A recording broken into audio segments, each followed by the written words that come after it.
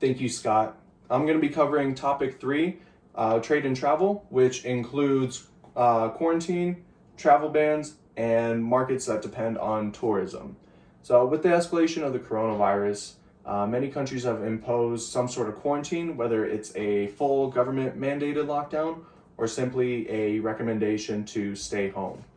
I wanted to show you this quick little graphic here, but essentially this is the amount of cases that have been reported, and that's up to date till today, April 5th, with red being the most cases and yellow being fewer cases.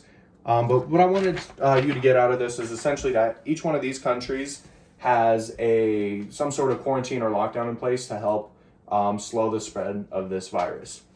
Quarantine in each country looks slightly different, but they all involve placing a restriction on people's movements, whether they can go out or not, things like that. For the most part, people are ordered to stay home and they can only go out to get essentials such as food, medicine, water, that sort of thing.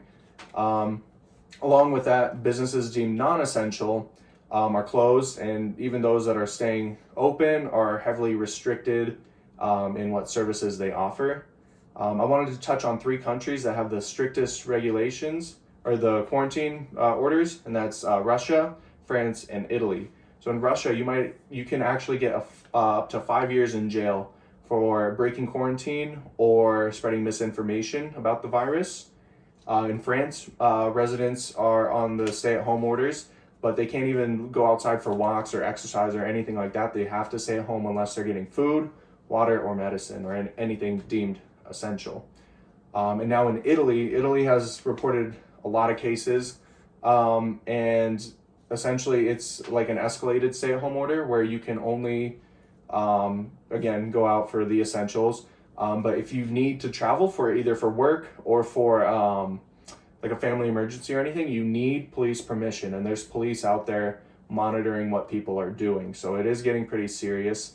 Also, Italy's healthcare workers they were ordered to cancel all their vacation because they're going to be needed to stay and fight this virus. Next, I'm going to be looking at travel bans. So alongside with quarantine, many nations have heavily restricted international travel or closed their borders completely. So in the United States, President Trump has greatly reduced travel in and out of the country, but so far there's no federal government mandated quarantine or anything like that. It's been up to each governor to do as they see fit in their state.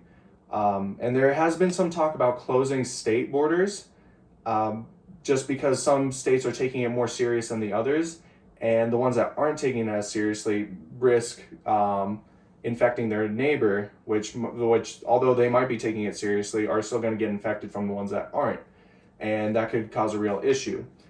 Similar thing happened in the EU, where the EU wasn't quick enough to decide what to do, so each country took it into their own hands to close down their borders rather than waiting for a decision from the EU. Out of a survey of 3,000 Americans, everyone was surveyed on whether or not they should close state borders, and it was really a split decision with a lot of people agreeing, disagreeing, and a lot of people in the middle as well. So there was nothing really conclusive, and that was for both political affiliations as well as male, female, that kind of thing. It was split all the way across the board. One of the main benefits of keeping borders open is being able to coordinate public health resources, including gloves, masks, ventilators, that kind of thing. And you can even treat patients from foreign states, foreign countries in your hospitals if that state or country has reached their capacity, and you could help them out. But that's with an open border.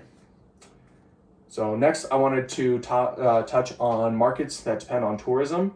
So globally, in 2018, the tourism industry brought in around $1.7 trillion a year. But especially now with all the travel bans, quarantines, that kind of thing, the Global Business Travel Association predicts losses of around $47 billion per month that this is going on. And the longer it goes on, the more it's going to cost the industry.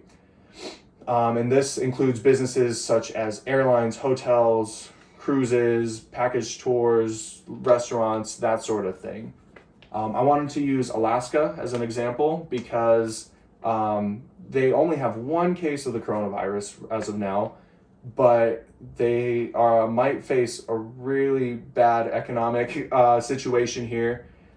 Just since about 10% of jobs are in the tourism industry, and that percentage goes up as you get as you're in major cities or popular tourist cities and places like that. So those will be even more affected than the state overall. This summer it was projected that Alaska would receive tourists in Alaska would spend about $800 million, and it's really important for the local economy because a lot of people rely on these tourists coming in and spending money, and that's their in the summer, and that's their source of money year round. That's their source of income year round.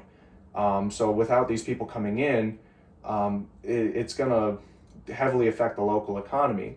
Now, big companies such as airlines and cruise ships may get a bailout if they go under, since they're pretty vital businesses. But local businesses like mom and pop grocery stores, mom and pop restaurants, things like that, they won't get a bailout, and ultimately they're going to be the ones who suffer. So it's all about maintaining money in your community. And essentially, Alaska is just one example. There's so many places around the world that rely on tourism for their revenue, and they are all going to be greatly affected by the aftermath of the coronavirus.